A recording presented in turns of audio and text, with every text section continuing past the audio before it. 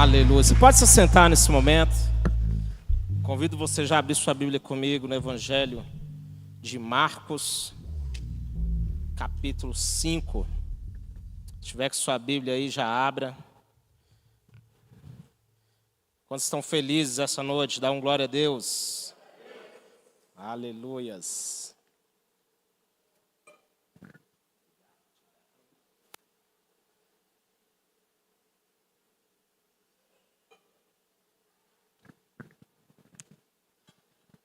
Evangelho de Marcos, capítulo de número 5.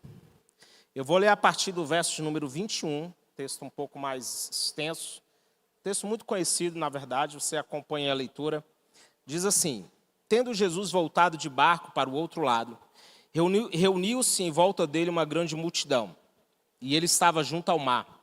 Então chegou um dos chefes da sinagoga, chamado Jairo, e vendo-o, prostrou-se aos pés de Jesus e lhe pediu com insistência: minha filhinha está morrendo, venha impor as mãos sobre ela para que ela seja salva e viva. Verso 24, Jesus foi com ele. Uma grande multidão seguia Jesus, apertando-o de todos os lados. Estava ali certa mulher, que havia 12 anos, vinha sofrendo de uma hemorragia. Ela havia padecido muito nas mãos de vários médicos e gastado tudo o que tinha, sem contudo melhorar de saúde. Pelo contrário, piorava cada vez mais. Tendo ouvido a fama de Jesus, a mulher chegou por trás, no meio da multidão, e tocou na capa dele, porque dizia: se eu apenas tocar na roupa dele, eu ficarei curada. E logo a hemorragia estancou, e ela sentiu no corpo que estava curada daquele mal. Quantos podem dizer amém? Ismael, se eu conseguir aumentar um pouquinho meu retorno, eu te agradeço. Cara, queridos, eu ministrei essa pregação, esse esboço há mais ou menos uns 5 anos atrás. Essa pregação é com certeza uma das mais conhecidas do Evangelho, uma das histórias mais conhecidas. E tradicionalmente nós damos ênfase, quando falamos nesse texto, ao quê? À fé ousada que aquela mulher exerceu, ao fato dela quebrar protocolos sociais, quando ela, mesmo sendo uma mulher impura, toca em Jesus. E também enfatizamos muito o fato de ela ter conseguido extrair virtude, extrair poder de Jesus. Porém, antes que houvesse um toque de poder, antes que houvesse uma ação daquela mulher, tudo começou com o quê? Com a narrativa interna que aquela mulher desenvolveu. Tudo começou com a escolha daquela mulher, daquilo que estaria ocupando a mente dela. Qual seria a história que ela iria contar? Ela enfatizou para si mesma o milagre que ela desejava viver, aquilo que ela estava buscando. E essa é uma escolha que você pode tomar hoje. Talvez ao longo do ano passado, o ano de 2025, você tenha ruminado muito dos seus problemas, muito das coisas que não deram certo. Talvez o que esteja agora, exatamente nesse momento, enquanto eu ministro, ocupando a sua mente, são as suas preocupações, são os seus problemas que você fica aí o tempo todo remoendo eles. Mas hoje você pode tomar uma decisão de contar o milagre que você quer viver. Fala para o seu irmão: conte o milagre que você quer viver. Decida hoje. Eu quero fazer um paralelo rápido, não, sem você se escandalizar. Mas sabe por quê que nós vemos a esquerda dominando tanto aí os lugares de discussão? Porque eles aprenderam o poder que tem na narrativa. E aí eles... Só para você ver o que é como isso é importante. O milagre ele começa com uma história interna. Porque ela dizia: se eu apenas tocar na roupa dele, ficarei curada. Esse texto revela algo poderoso. Ela dizia consigo mesma. Esse milagre ele não começou no toque, ele começou naquilo que ela repetia internamente. Começou aonde, pastor? Na mente dela, aquilo que ela estava internalizando. Aí ela saiu de casa com essa convicção. Fica imaginando por um momento essa história. Aquela mulher já tinha ido a vários médicos, já tentou tudo quanto é tratamento, fez tudo o que podia, mas a sua situação só piorava. Então, de repente, ela ouve falar de Jesus. E o que aquela mulher ouviu falar de Jesus? Ela ouviu falar que Jesus havia curado um cego, feito um paralítico andar, alimentado multidões com 5 pães e 2 peixes. Não importa qual é a história que aquela mulher ouviu, eu sei que aquela mulher pegou aquela história que ela ouviu e ela falou, eu posso extrair algo daí. Se eu for até esse Jesus, se ele não me vê, eu não preciso que ele me veja, eu não preciso que ele me perceba, eu não preciso que ninguém saiba quem eu sou, eu só preciso tocar na orla do seu manto para que eu seja curada. Essa foi a história que ela começou a contar. E ela saiu de casa com essa convicção. Provérbios 23, verso 7 diz, assim como o homem pensa em sua alma, assim ele é. Então a pergunta que eu faço para você é, que histórias você tem contado para você mesmo? São histórias de derrota? Quantos têm histórias de derrota para contar? Quantos tem aí? Pode levantar a mão se você tem. Teve coisas na sua vida que já não deu certo? Quem tem coisas na vida que não deu certo? Pastor Cleomar acabou de compartilhar conosco aqui um pouco do seu testemunho. São histórias de medo? Se eu der o meu dízimo, vai faltar para a conta de amanhã. Se eu ofertar no culto, vai faltar amanhã. Quais são as histórias que você está contando para você mesmo? Ou são histórias alinhadas com a palavra? Eu escolho contar aquilo que está alinhado com a palavra. As minhas conversas, elas vão estar alinhadas com as promessas de Deus para a minha vida. O que eu vou ficar repetindo então? Eu vou ficar repetindo que Deus me deu uma palavra. Eu vou contar para mim mesmo que Deus me deu uma promessa. Quantos tem promessas de Deus aqui? Então que seja isso que vocês fiquem repetindo para você. Que seja isso que esteja vivo no seu coração. Não é um convite para viver uma vida relapsa, despreocupada, não. Mas um desejo daquilo que vai estar queimando no seu coração. A voz interna, ela precisa ser maior do que a realidade externa. Agora, preste atenção, o contexto daquela mulher, eu já preguei isso aqui em várias oportunidades. As mulheres, elas tinham um contexto de serem invisíveis, marginalizadas e tratadas como propriedade. Não pense você que uma mulher nos dias de Jesus tinha voz. Não, não tinha voz. Uma mulher foi pega em adultério, você conhece essa referência de texto? Foi levada até a Jesus. E os homens viram, a lei manda apedrejar, e o que você fala, mestre? Jesus fala, de fato, a lei manda apedrejar. Então aquele que não tiver pecado, atira a primeira pedra. Mas as mulheres eram tratadas assim, de maneira marginalizada. E essa mulher ainda tinha um contexto que piorava ainda mais. O quê? Ela era uma mulher doente. Ela era considerada impura, ela era uma mulher excluída socialmente, uma pária. Ela não tinha lugar ali. Pela lei, tudo que ela tocava se tornava impuro. Depois você abre a sua Bíblia lá em Levítico, capítulo 15, verso 25 e 27, você vai ver sobre isso. Aquela mulher, ela tinha todos os motivos para desistir, mas ela escolheu crer. Às vezes você está vivendo exatamente uma realidade assim. Pastor, eu tenho todos os motivos para desistir. Meu casamento não está bem, não adianta mais tentar. A empresa não está indo bem. Eu tenho todos os motivos para desistir. Mas você pode tomar a mesma decisão que aquela mulher tomou. Ela escolheu crer. Fala para o seu irmão, escolha crer. Então ela começou o quê? Um diálogo interno. Se eu tocar, eu serei curada. Nós costumamos ouvir muito e falar muito sobre isso. Sobre você conversar com você mesmo. E que se você não tem conversas com você mesmo, você que é o doido. Não é?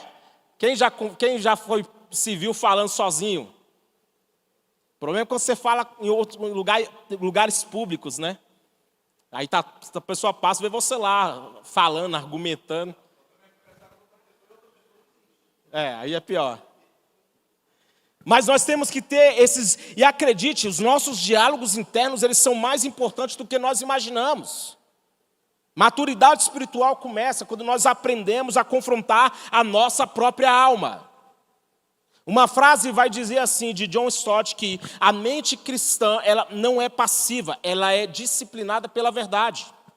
E eu pergunto para você, ao deitar no seu travesseiro, quais são as conversas que surgem na sua mente? Hoje, quando você levantou, quais foram os pensamentos que você estava tendo? Ah, fulano vai me pagar. Ah, meu casamento não vai para frente. Ah, essa situação não vai se resolver. Esses pensamentos, acredite, eles se repetem e se repetem. Uma frase vai dizer assim, ó, vigie os seus pensamentos, porque eles vão se tornar suas palavras. Vigie as suas palavras, porque elas se tornarão as suas ações. Vigie as suas ações, pois elas se tornarão os seus hábitos. Vigie os seus hábitos, porque eles vão se tornar o seu caráter. Vigie o seu caráter, porque ele vai ser o seu destino.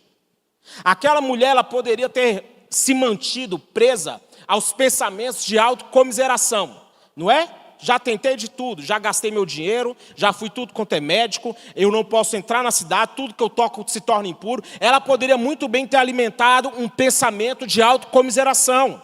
Ela poderia ter alimentado, e às vezes, acredite, nós transplantamos isso para a nossa vida cristã. E vivemos um cristianismo baseado exatamente nisso, na autocomiseração. Ah, eu sou o bichinho de Jacó. Ah, fizeram mal para mim, por isso que eu estou assim, porque alguém é culpado. Aquela mulher poderia ter se apegado a tudo que não estava dando certo. Ah, não vai funcionar, eu já tentei antes, nada muda. Quantos já falaram isso? Ah, eu já tentei, mas não muda nada. Às vezes a gente já falou isso. Mas ela escolheu dizer o quê? Se eu tocar, eu serei curada. O que ela fez? Ela decidiu se ater, se apegar à possibilidade do que poderia acontecer se ela tocasse em Jesus. Aquela mulher teve uma conversa consigo, e a conversa dela foi: se eu tocar somente no manto, eu posso ser curada. Querido, escolha essa noite ter uma conversa com você de fé. Ao deitar no seu travesseiro, ao fazer seu devocional, a orar, expresse a sua fé. O que eu vou contar então? Eu vou contar boas novas.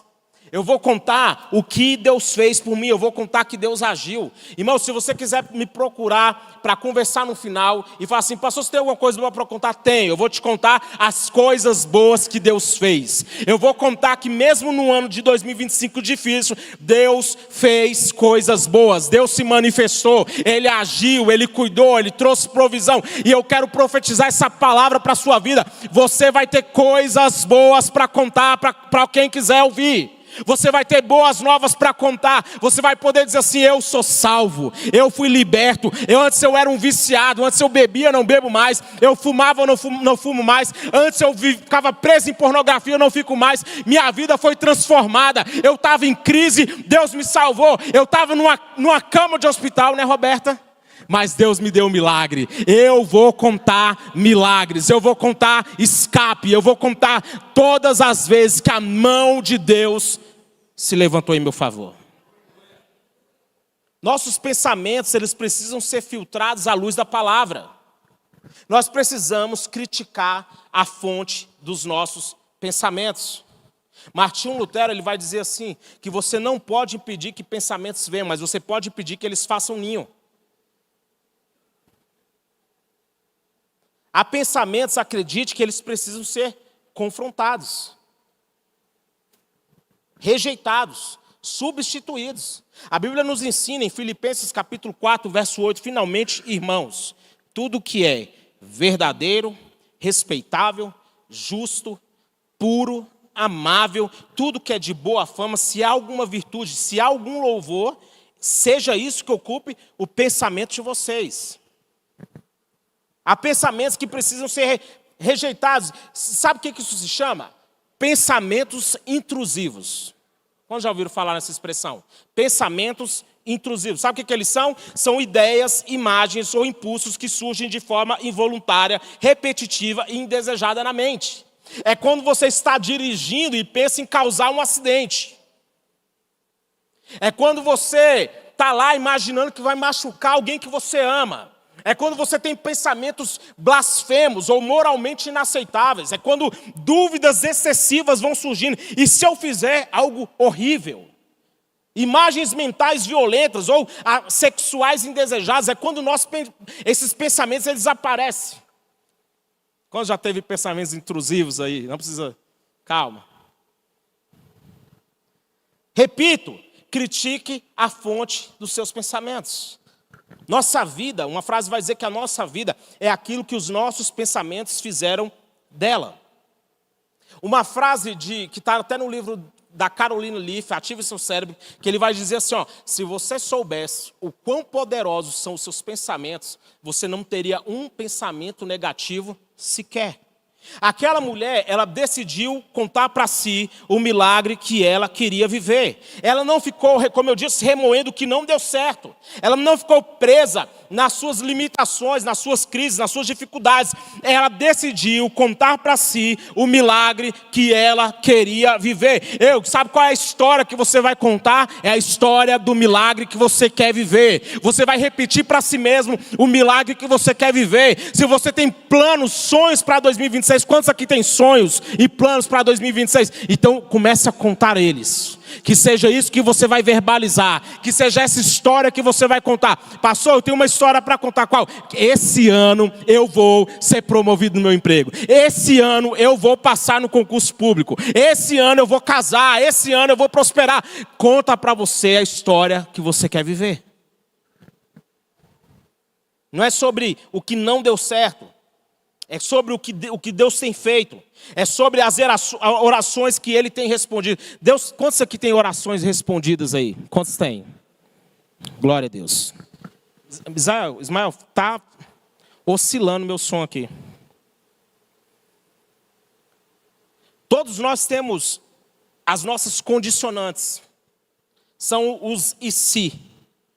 Todos nós enfrentamos. Você conhece a história de Marta e Maria, eu já citei isso aqui também. Marta e Maria, elas são irmãs de Lázaro. E Lázaro, a Bíblia vai falar que ele ficou doente.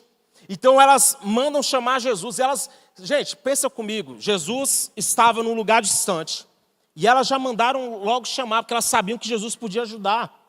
Então elas já chamam Jesus. Jesus, Lázaro, o seu amigo, Lázaro, a quem tu amas, está enfermo. E a Bíblia vai dizer que Jesus ainda assim se demora. Quando Jesus chega até Betânia, Lázaro já estava morto há 4 dias e já cheirava mal. As irmãs, elas apresentam para Jesus exatamente o cenário que você e eu apresentaríamos. Se o Senhor estivesse aqui, Lázaro, meu irmão, não teria morrido. E essas expressões, todos nós temos, os e se, quando nós focamos naquilo que poderia ser diferente, naquilo que poderia mudar, mas Jesus apresenta uma condicionante para elas da crença, da fé. Se você crer, verá a glória de Deus. Nós temos essas duas realidades que se apresentam. Nós temos sim os e se eu não tivesse dito, se eu não tivesse tomado aquela decisão, se eu não tivesse ido para aquele lugar, se eu não tivesse feito aquela escolha. E às vezes nós ficamos exatamente presos nesse quadro, nessa limitação. Jesus então mostra para elas uma perspectiva diferente. Fala para o seu irmão assim, Deus tem uma perspectiva diferente. Se vocês crerem, verão a glória de Deus. Se você crer, se você confiar na minha palavra, você vai ver a minha glória. Se você confiar nas minhas promessas, você vai ver elas se manifestando na sua vida. Muitos vivem exatamente presos ao e se eu tivesse feito diferente? Ou até mesmo e se não der certo? Aquela mulher, ela não disse consigo mesma, e se eu tocar e nada acontecer? Se ela tivesse saído de casa com essa conversa, nada na vida dela teria mudado. Eu ouso dizer isso. Eu ouso dizer que se aquela mulher tivesse saído de casa duvidando do que ela estava declarando, ela não ia viver um milagre. Se ela tivesse chegado ali, será que eu vou? Será que se eu tocar vai adiantar alguma coisa? Você consegue enxergar a convicção dentro daquela mulher quando ela fala assim, olha, eu só preciso tocar na hora do seu manto. Ela não teve espaço para dúvida. Ela não teve espaço para os receios dela, para a vergonha dela. E às vezes o que te separa do milagre é exatamente isso. Porque nós ficamos alimentando os nossos receios, nós ficamos alimentando os nossos medos, ficamos alimentando as nossas dúvidas. Nós abrimos tanto espaço para a nossa fé se manifestar. Mas eu quero dizer nessa noite, você se afaste, se separe de tudo aquilo que é receio, dúvida, medo. Por quê? Porque Deus vai se manifestar na sua vida. Você pode dizer um glória a Deus? Hoje nós podemos escolher trocar essa perspectiva. Parar de focar nas nossas impossibilidades. Troca o "e se não der certo" pelo "se for da vontade de Deus vai dar certo". Romulo, se for da vontade de Deus vai dar certo. Se for da vontade de Deus que você prospere na sua empresa, vai dar certo. Se for da vontade de Deus que você cresça, que você forme família, que você avance, vai dar certo. Sabe por quê? Porque não tem nada que o diabo possa fazer contra o sim de Deus. Não há nada que o inimigo possa fazer, porque como foi com Balaão, quando Deus decide abençoar, irmão, não dá para amaldiçoar. Deus responde às condicionantes de fé e não do medo. Charles Spurgeon tem uma expressão que ele diz que a ansiedade não esvazia o amanhã dos seus problemas, apenas esvazia do hoje a sua força. Quando ficamos muito presos ao amanhã, no sentido de como será, nós nos enfraquecemos no hoje. Lamentações capítulo 3, no verso 19 diz: quero trazer à memória o que pode me dar esperança. E não se trata de você negar a dor, mas sim de você não permitir que ela seja a única narrativa. Vou repetir: não permita que a dor seja a única narrativa. Não permita que o que não deu certo seja a única narrativa. Não permita que a depressão seja a única narrativa. Não permita que essa enfermidade seja a única narrativa. Permita-se receber aquilo que Deus tem para te entregar essa noite. Eu não vou contar somente o que não deu certo. Você conhece alguém assim? Ela só tem problema para contar? Você vai conversar com ela, ela é um poço de reclamação. Ela é um poço de desânimo. Eu tenho muitas histórias para contar de milagres. Eu tenho muitas histórias de provisão, de momentos que Deus nos surpreendeu, de que Ele abriu portas que não pareciam que eu abri. Deus, Ele é assim, Ele vai nos guardar. Aquela mulher, ela tinha 12 anos de frustração. Irmão, você consegue racionalizar isso comigo? São 12 anos de falta de avanço. O homem que era um paralítico, que estava à porta do templo, no tanque de Betsaida, alguma coisa assim, 35 anos, num lugar, esperando que as águas se agitassem, para que ele tivesse uma oportunidade de ser curado. Todas as vezes que descia o anjo, as águas eram agitadas, e ele tentava chegar, o que acontecia? Outros entravam na frente dele, e ele não conseguia. Então eu já ministrei esse texto, era um show de horrores. Era cego, era paralítico, era manco, se arrastando, numa expectativa de cura, numa expectativa de milagre. 35 anos. E quando Jesus pergunta para ele se ele queria ser curado, o homem fala: Senhor, ele vai contar a sua história. Faz 35 anos que eu estou aqui. E todas as vezes que a água é agitada eu não consigo chegar. Vem o outro e chega na minha frente. Jesus pergunta para ele: você quer ser curado? Jesus então estende a mão e aquele homem recebe a cura. Sabe por quê? Porque não tem condicionante nenhuma, não tem contexto nenhum que você esteja vivendo, não importa quanto tempo você está enfrentando essa crise, quando nós encontramos com Jesus, nossa história é transformada, a nossa história de vergonha é transformada em história de milagre, a história de humilhação daquela mulher se transformou num testemunho de uma mulher que acreditou, porque quando você lê os capítulos seguintes, você vai ver que outras pessoas vão fazer a mesma coisa, vão tocar no manto, vão tocar na orla de Jesus e receberão também a cura. Sabe por quê? Porque aquela mulher, ela gerou um memorial de fé. Hoje eu quero dizer: gere um memorial de fé. Haja por fé. Pastor, está dando errado, então haja por fé. Começa a fazer atos proféticos. Vocês estão comigo aqui? Quem só lembra do que deu errado, limita o que Deus pode fazer. Uma frase vai dizer do livro Ative Seu Cérebro, que ela diz assim, que nós estamos constantemente reagindo a circunstâncias e eventos. E à medida que esse ciclo ele continua, os nossos cérebros eles são moldados por esse processo em uma direção positiva ou em uma direção negativa. Isso aqui se chama neuroplasticidade. Eu nem vou entrar nessas coisas não. Mas é um livro fantástico para você ler depois. Ative Seu Cérebro. E aqui o que ela está falando? Que nós lidamos com situações a vida inteira. Não é verdade? Você tem algo para contar, você tem ciclos de desafios que você vai enfrentando. E essas circunstâncias, esses problemas, essas guerras vão modelando a sua forma de pensar. E aí, o que acontece? Ou você vai ser levado para um modelo de pensamento positivo ou negativo.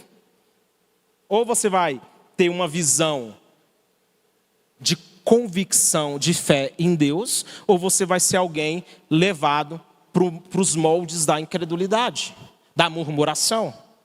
Por isso que nós somos convidados a quê? A renovar a nossa mente. Fala para o seu irmão assim, renova a sua mente. Romanos capítulo 12 vai dizer isso. Transformai-vos, pois, pela renovação da vossa mente. Para quê? Para que vocês possam experimentar a boa, perfeita e agradável vontade de Deus. Jesus, ele não pregava apenas uma questão de comportamento, ele pregava o que? Metanoia, mudança de mentalidade. Por quê? Porque quando a nossa mente muda, o nosso destino muda. C.S. Lewis tem uma expressão que ele fala assim, que toda transformação espiritual começa na maneira como enxergamos a realidade.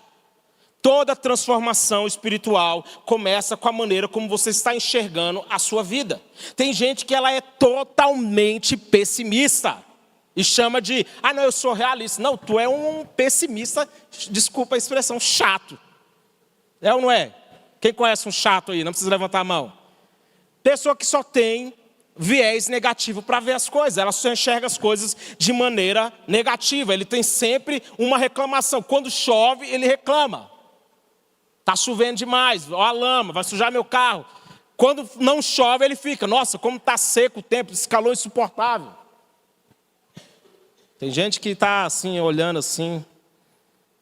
Pensamentos alinhados com o céu geram realidades alinhadas com o céu. Fala assim para o seu irmão assim, conecte seus pensamentos com o céu. Isso aqui pode parecer muito clichê, mas sabe o que a Bíblia nos ensina? Que nós temos a mente de Cristo. Vou repetir isso para você dar um glória a Deus aí entusiasmado. Nós temos a mente de Cristo. Se você... Não, você está muito desanimado. Vou repetir nós temos a mente de Cristo. O que isso significa na sua vida? Significa que você vai viver uma vida baseado em que tudo é possível. Jesus fez isso. Jesus, ele lidou com cada cenário de impossibilidade. Jesus mostrou que no Pai tem provisão. Eu tenho uma multidão para alimentar. Tem só 5 pães e 2 peixes. Traz aqui. Ele multiplica, alimenta a multidão, sobram 12 cestos cheios. Você está devendo um imposto, Jesus. Vai lá, joga o anzol, pega o peixe. Tem o suficiente para pagar o teu imposto e o meu, Pedro. Paga lá o imposto. No verso 29 diz que logo a hemorragia estancou e ela sentiu no corpo que estava curada. O milagre daquela mulher foi imediato. Jesus não havia dito uma palavra. Isso aqui eu acho sobrenatural, irmão. Jesus não precisou agir no sentido ativo. Jesus apenas estava ali, andando. Uma mulher chega por trás, toca só na orla do manto. E ela foi curada imediatamente. Ela estancou. Sabe, imagina você tendo uma convicção em você que, algo na minha vida acabou de mudar. Algo na minha vida acabou de ser transformado. Ninguém viu, ninguém percebeu, ninguém tinha noção do que estava acontecendo. Mas um toque daquela mulher, uma convicção que ela levou consigo, fez com que ela vivesse um milagre. Querido, o que você precisa para ver milagres na sua vida acontecendo é essa fé. É você agir por fé. É você ter uma convicção que você não está na presença de alguém comum. É você entender que você está aqui num lugar onde você basta esse ato de fé, de tocar na orla do manto para você receber o seu milagre. Eu quero concluir. O céu respondeu uma fé que já estava madura por dentro. Ela tocou por fora, mas já havia recebido seu milagre. Deus vai fazer segundo a sua fé. Deus vai fazer segundo a história que você vai estar contando para si, segundo aquilo que você tem repetido no secreto. Jó capítulo 22, verso 28 diz assim: se você projetar alguma coisa, ela lhe será bem sucedida e a luz brilhará nos seus caminhos. Levanta a mão aí, vai, eu quero profetizar esse texto. Se você projetar alguma coisa, ela vai ser bem sucedida e a luz vai brilhar no seu caminho. Vou repetir: se você projetar alguma coisa, vai ser bem sucedido e a luz vai brilhar no seu caminho. Se você projetar, se você confiar no Deus que você serve, você vai ser bem sucedido. Bill Johnson tem uma frase que ele diz que a fé não ignora os fatos, ela apenas se recusa a ser limitada por eles. Eu não nego as crises, não nego os problemas, não nego as dificuldades, não nego os erros, não nego as limitações, só que essas coisas não definem o seu destino, não definem. Sabe por quê? Deus, Ele não se relaciona conosco com base no nosso passado. Deus não se relaciona com você, irmão, baseado no seu histórico. Ele não se relaciona conosco baseado somente no nosso estado atual, porque senão metade de nós nem estava aqui. Mas Deus se relaciona conosco com base naquilo que Ele diz a respeito de quem nós somos. Porque Deus olha para você, viu, Elô? E Ele vê o propósito para o qual Ele te criou. Ele olha para cada um de nós, Ele fala: opa, esse daí tem propósito, tem chamado. É pequeno, está escondido, ninguém conhece. Está lá cuidando de algumas ovelhinhas. Deus já estava preparando, era para ser rei. Num lugar que ninguém sabia. Irmão, você consegue imaginar que quando Davi foi escolhido para ser rei, ele era apenas um menino num pasto, cuidando de algumas ovelhas? Ele era só isso, ele não era um soldado, ele não era o mais preparado. Pelo contrário, ele tinha um rótulo.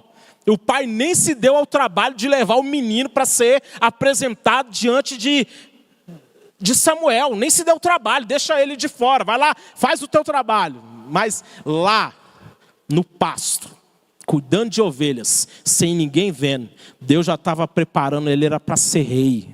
Deus só te escondeu. Porque na hora que Ele te tirar de onde você está, para viver o teu propósito, aí o mundo vai saber: opa, foi Deus que criou, foi Deus que escolheu. Fique de pé comigo. Comece hoje a contar a história do milagre que você quer viver. Comece a contar. Troque hoje o medo pela fé, a dúvida pela esperança e o passado pela promessa. Troque. O que você falou até agora? O que saiu de você? Tem gente que, como eu disse, só tem reclamação.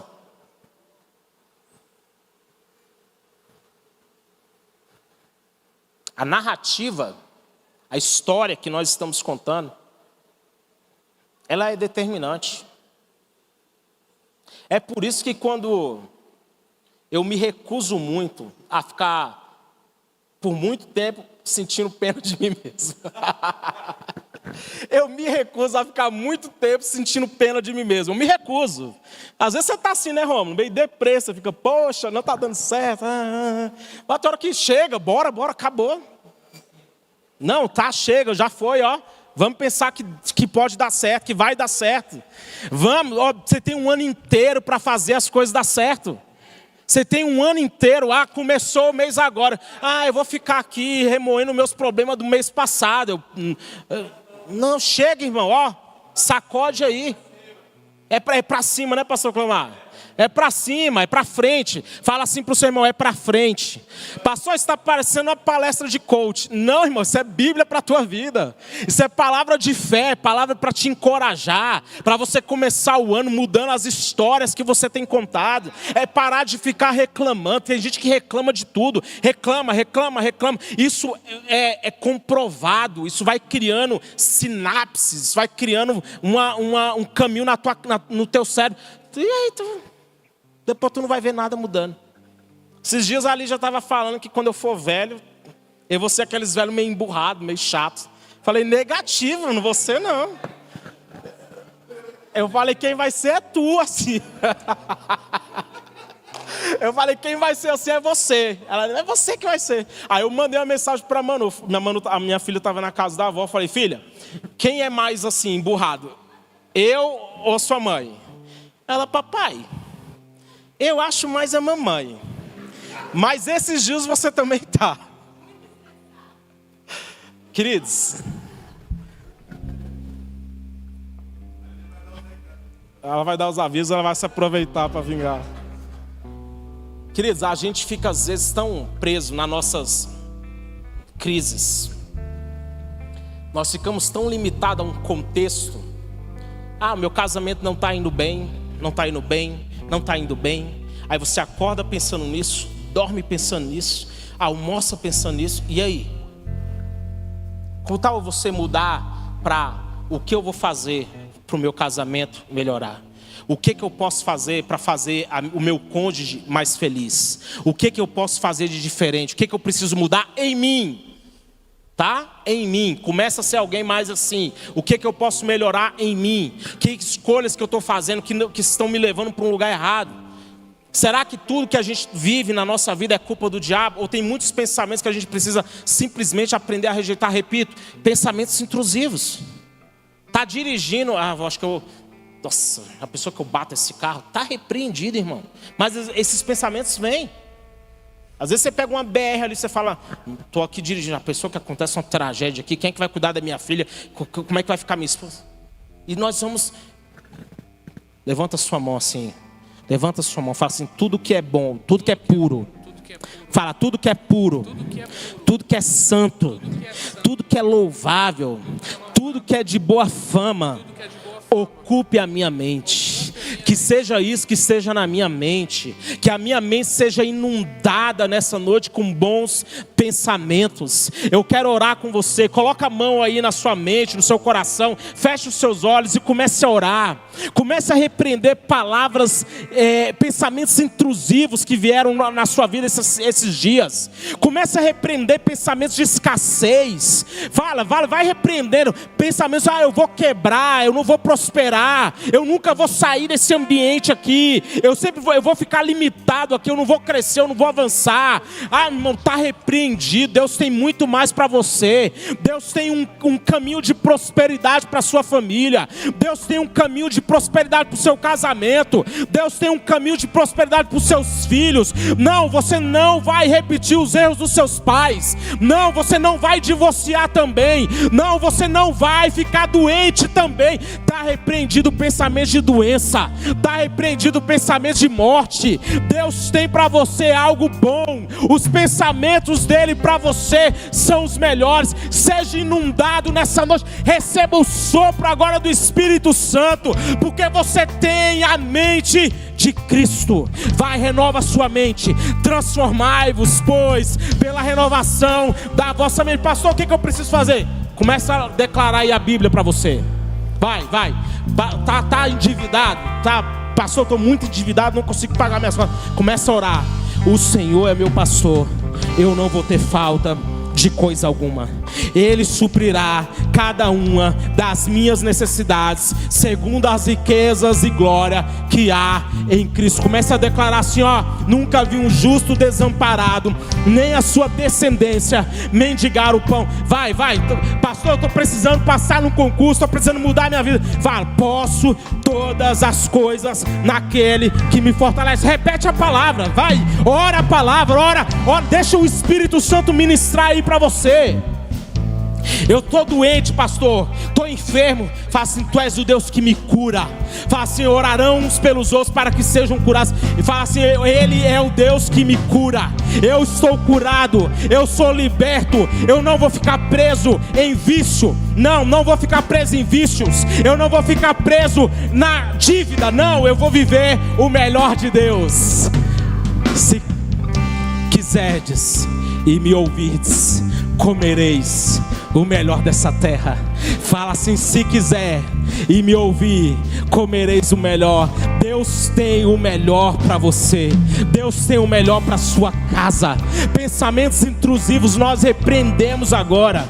Repreendemos setas do maligno, setas de Satanás. Nós repreendemos agora pensamentos de morte.